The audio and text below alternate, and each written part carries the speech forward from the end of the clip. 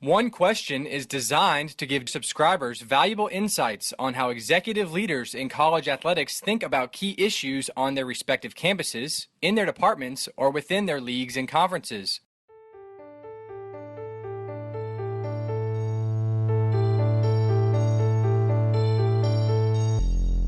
Greetings, this is Ty Brown and welcome to One Question, where we highlight executive leaders in college athletics.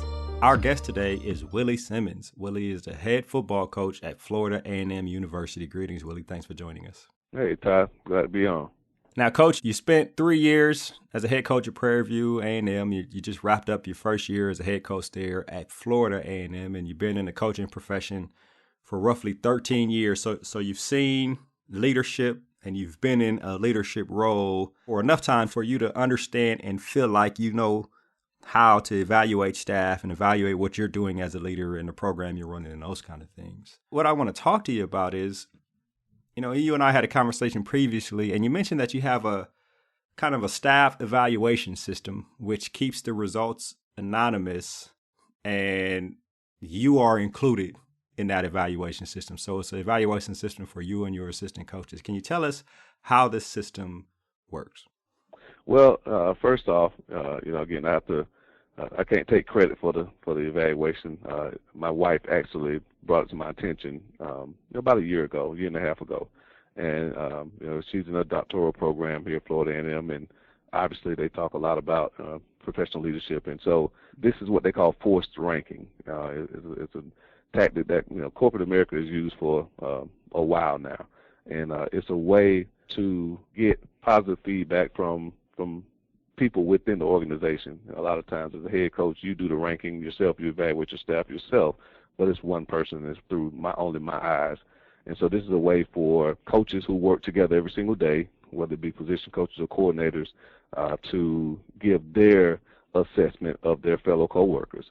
We use 10 different criteria, everything from recruiting to dealing with their players to dealing with administration and even supporting my overall vision for the program. And so this is our first year doing it, and I think it's something that's very productive, and I definitely see an immediate impact that it's caused already.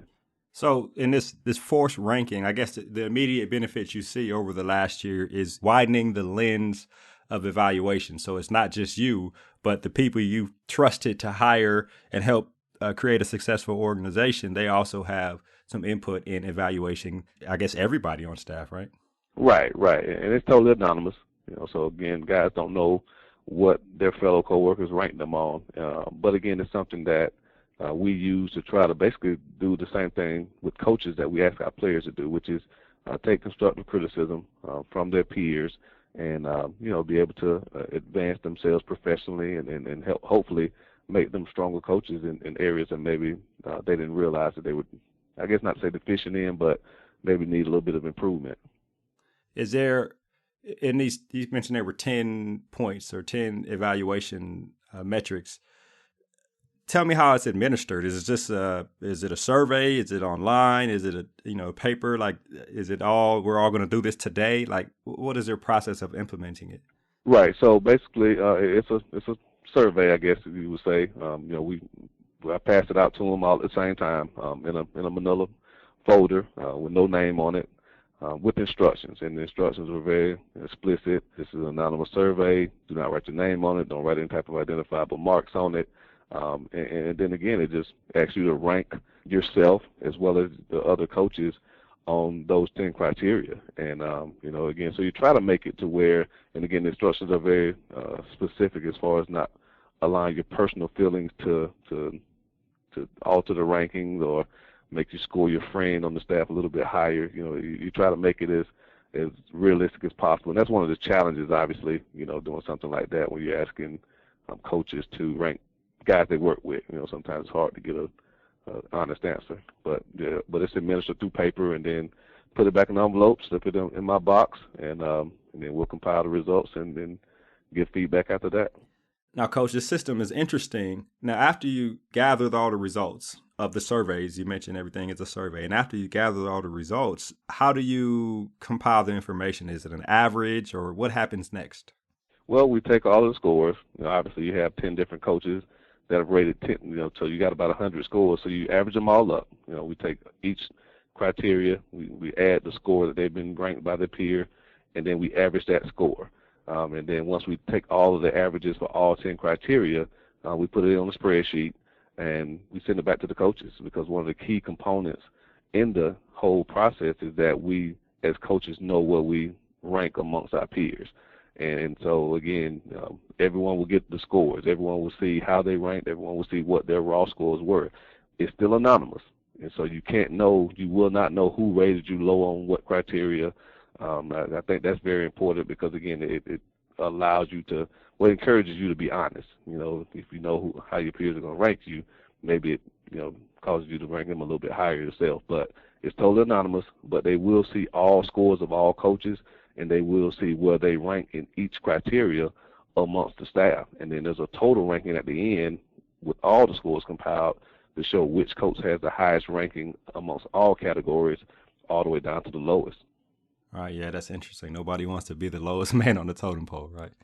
So I'm going to dial in just a little further here. So if one of the ranking points you mentioned recruiting, right? So does it have assistant A, assistant B, Willie Simmons, assistant 1 through 9, and then like everybody's name is on there, and then it's he's probably at a 5, he's probably at a 3, or something along those lines? Oh, I'm sorry. Well, yeah. So basically, there are 10.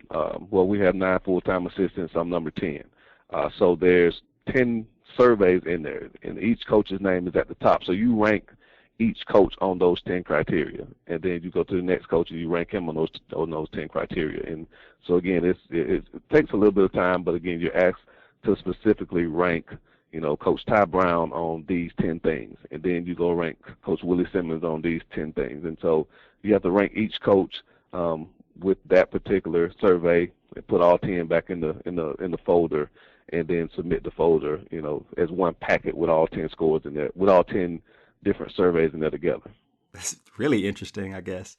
Now you've done it for a year, right? And your wife was pretty astute, and you were pretty astute to listen to her in terms of saying, hey, this could probably help us in terms of improving the organization as a whole, as you and your assistants are the leadership of the football program there. How often do you do this? Like, is it a semester, or yearly, every couple months? What is the cadence, I guess? Well, we did it this year after the season, so after the season ended and before recruiting kind of kicked into full gear. So that first staff meeting right after the season, when you kind of give your quick season synopsis, and then before you give your directive as far as recruiting and our focus in that area, we put it in, because I wanted to do it in a timely manner to where the season was fresh on their mind. So you kind of have a little bit more of a grasp on what your coaches were doing during those 4 or 5 months, and then give them time to say if a coach scored low on recruiting, for example. Well, it gave him motivation to go out and maybe give a little bit more effort in recruiting, because obviously his peers felt like he wasn't as strong in the area as maybe he thought he was. So we'll do it right after the season ends, and then we'll probably do another one right after spring ball, kind of leading up into the summer vacation.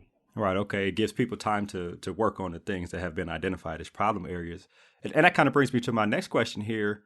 For example, if I'm under Coach Ty Brown and I received a low score on a specific area, do you have things in place for them to improve on? I mean, obviously self-motivation, coaches are very competitive and actually want to be great at what they do, but is there some outside help in addition to them working on things themselves to improve on the identified problem areas? Well, that's something that we're working through at this particular time. Again, when you evaluate coaches on so many different criteria, it's a little bit difficult to have a specific thing in place for that. Say if it's a recruiting deficiency, you want to have something in place for recruiting to help them. If it's the communication between them and their players, if it's supporting my vision and philosophy, so again, those 10 things are very distinct. Having to look at it holistically and say, okay, how do I improve specific and target specific things that need improvement, aside from coaches conventions, staff development as far as visiting other staffs and talking to other coaches that we know. That's the thing that we're looking at now, is how to target certain things specifically that maybe a coach needs improvement on. And it may only be one coach who needs that. If 9 coaches score high on recruiting and only one score is lower than he expects. How do you help that one coach? And then if it's 7 of the 9 score, relatively low, then we know we definitely need to address that particular area as soon as possible. So those are the things that we're working through as we kind of implement this process this year. Right. And thinking about the kinks, right, in terms of how you'll evolve it in the future. Of course, you're only as strong as your weakest link. So if one coach needs it, you put everybody through something, and maybe that coach gets a little more specified, but everybody can improve and continuously improve on the 10 areas, which I imagine if you're evaluating those 10 areas, those are the 10 crucial areas in terms of running a successful football program. So what else do you see in terms of improvement as it evolves through your tenure as a leader? Well, the one thing I think is just total, I don't want to call it buy-in, but I mean everyone, because again, I think peer pressure at the elementary level when you're younger, at the college level, even at the adult level, is a real thing. And I think the hardest person to be critiqued by is your peer. And so having this forced ranking procedure that we do, I think for the first time, I've seen an immediate response from the coaches. When I've had my one-on-one meetings with coaches in the past, I didn't see the immediate reaction to want to improve right now. Obviously coaches might have gotten ranked on certain things that they thought they were pretty good at. One coach in particular thought he was a very strong recruiter, and one of the coaches rated him pretty low. And so he kind of took it surprised him, and he talked about that thing for a few days. And so I think there are obviously kinks that we have to work out with it, obviously, and I want to talk to more organizations that employ this type of procedure and see how they've kind of worked through it. But I really think it's something that can help us individually and as a whole staff to better ourselves, because that's the goal, obviously, every year is to better yourself as a coach. All right. Well, it sounds like, Coach, that you're on to something here. A good leader has a constant evaluation process. People know what's expected of them, and they know how they'll be evaluated at what is expected of them, at how they perform at what is expected of them. And it sounds like you've implemented that. I think the important thing, if somebody was to take this, outside of football, into corporate, or even just in athletics in general, is you really have to dial in to what the evaluation points are. And it sounds like you've done that with these points that are surveyed on. I don't know if you'd agree with me, but it seems like that's one of the most important things, is making sure that you really are specific and really focus on what the evaluation points are. Oh, no question about it. I think I don't think I'm unique in the sense that before the season we have our quote-unquote staff hideaway, and you kind of go over the yearly plan of what I expect as a head coach from my assistant coaches. But typically, and I've been on other staffs that have done that, and that's typically once a year. And so you get that kind of right before the season starts during the summer, and you don't really hear that again until maybe the next summer. So to I guess to kind of be reminded of what the goals are, what the expectations are within a program is kind of what makes this unique. It forces you to think about those things on a daily basis, as opposed to just being a coach and you're worried about getting your players to play hard and win games. And obviously you got to recruit, but there are other things that are important as well. And I think now the coaches, because they have this rating system, they see what the criteria that they're being specifically rated on. It gives them an evaluation, just kind of like we do with players. We tell them what we want our third down percentage to be, what we want our red zone percentage to be. We give them things for turnovers. So it gives them a constant weekly reminder of what we feel it takes to be successful as a football team and win games. It kind of does the same thing now with coaches, and that's something that I didn't find as a coach, as an assistant coach. Sometimes I didn't really know all the direction that the head coach wanted to be. And I think this hopefully gives my coaches a little bit more direction as to what I feel like will make us a successful football staff, and obviously successful football program. This is a very interesting procedure, forced rankings, that I'm sure there are people out there who have heard it before. I have to admit I've never heard about it, but I think it's very interesting. I think it's very astute of you to implement it. I really appreciate you joining us here on the One Question Podcast.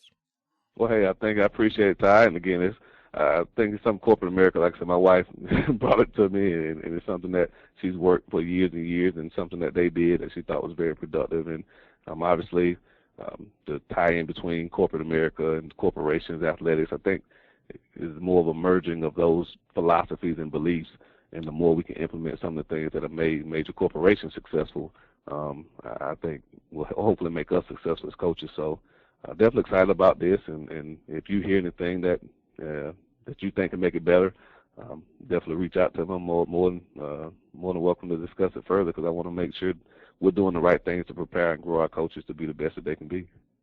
That was Willie Simmons. He's the head football coach at Florida A&M University. And of course, this is Ty Brown with one question. And keep in mind, the role of a leader is to create and maintain an environment that people want to be a part of. And as always, be better tomorrow than you are today.